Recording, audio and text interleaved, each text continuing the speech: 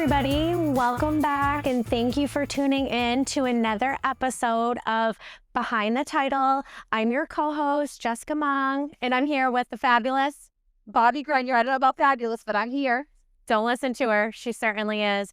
And we have another great topic to chat with you about today, and that is closing room etiquette.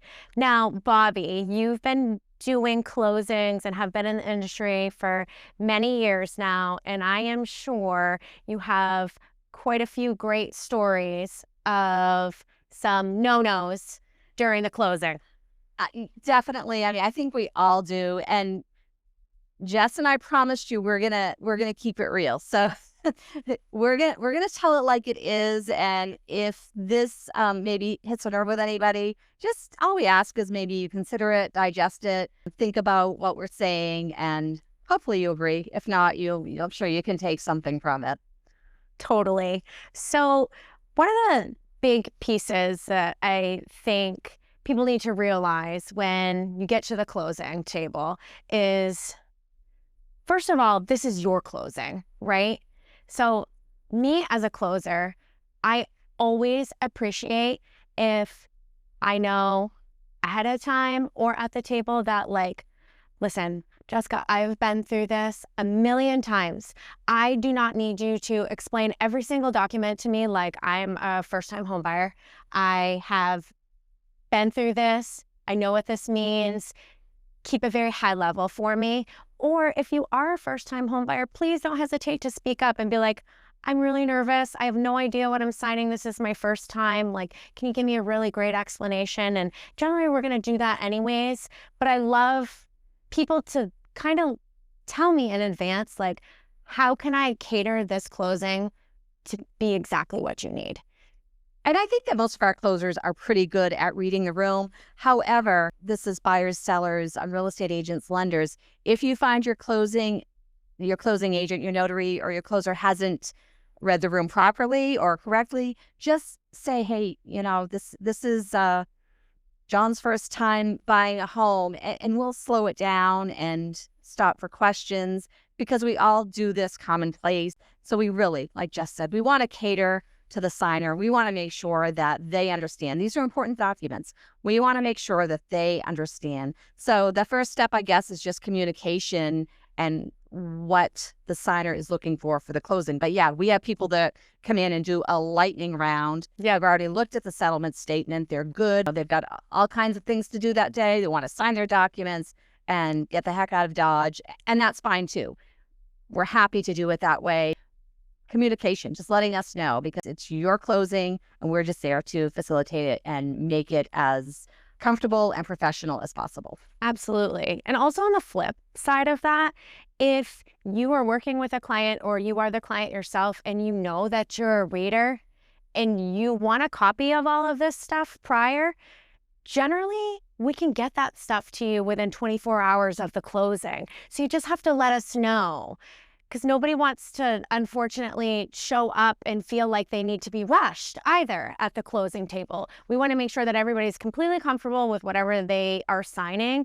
And so if you know that you're going to need some extra time, it's always helpful to just ask us, can we just get the docs in advance? Or can you send me this certain document in advance so I have time to review? Again, this is your closing. You know yourself or your client best. So keeping those lines of communication open to whatever's going to meet them where they're at, that's all we ask, and we're happy to provide that in advance. So that's just another helpful tip for people. Don't ever hesitate to ask for stuff in advance if you need the additional time, or you know your client's gonna need the additional time. That's a great tip. We have at the closing table different parties sitting around the table. So we have buyers, we have sellers, we have real estate agents and loan officers.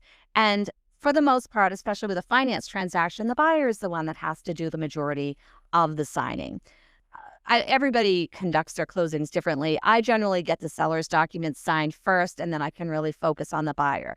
The downside of doing that is I sort of lose the seller, and then they might chat with the real estate agent, or the loan officer is looking at this as a networking opportunity, so they want to speak with the real estate agent. Totally understandable, but it's our job to make sure that that buyer understands. And I've actually had to pull people in close and speak a little bit louder. So I guess consideration at the closing table, and it's not anybody that is trying to be inconsiderate, but it happens all the time. And the worst thing to have to do as a closer is, shh, I'm a mom, but I'm not their mom, so I don't need to be doing that at the closing table. And if you really have like a chatty seller or buyer, most of our offices have another space that you could go and talk. So, you might say, hey, let's go out to the lobby and get a cup of tea. There are ways around it without it being any type of a problem. But that's one thing over the years that just continually happens, is that I feel bad if I can't give my buyer signer the closing that they deserve, because there's just a lot of chatter and activity around the closing table. I agree completely. There's a very easy way to kind of mitigate all of that. And nothing feels worse than having a party be like, I'm so sorry, but I can't hear you. Yes. So again, it's everybody's closing, and it's a super exciting time in most instances for people to be purchasing and selling the home. And we know that everybody's excited to be chattering and talking amongst each other and asking questions. But there's also a process that we've got to follow, we've got to get through, and people need to understand and hear what they're signing.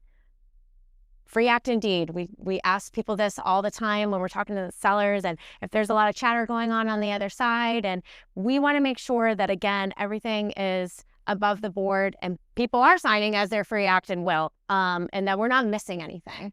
Absolutely. And the last thing we want to do is have to call people back, because documents are missed. And we're all pretty adept at handling, sort of the commotion and the activity that goes on in the closing room. But still, it's not about me. It's not about Jessica. It's about our signers. We hope you've enjoyed this episode of Behind the Title, the official podcast of Treworgy and Baldacci Real Estate Closing Services, with your hosts, Bobbie Grenier and Jessica Mung. Remember, this podcast is for informational, educational, and entertainment purposes only, and not intended as legal advice. Please remember to follow and rate the show and share this episode with a friend.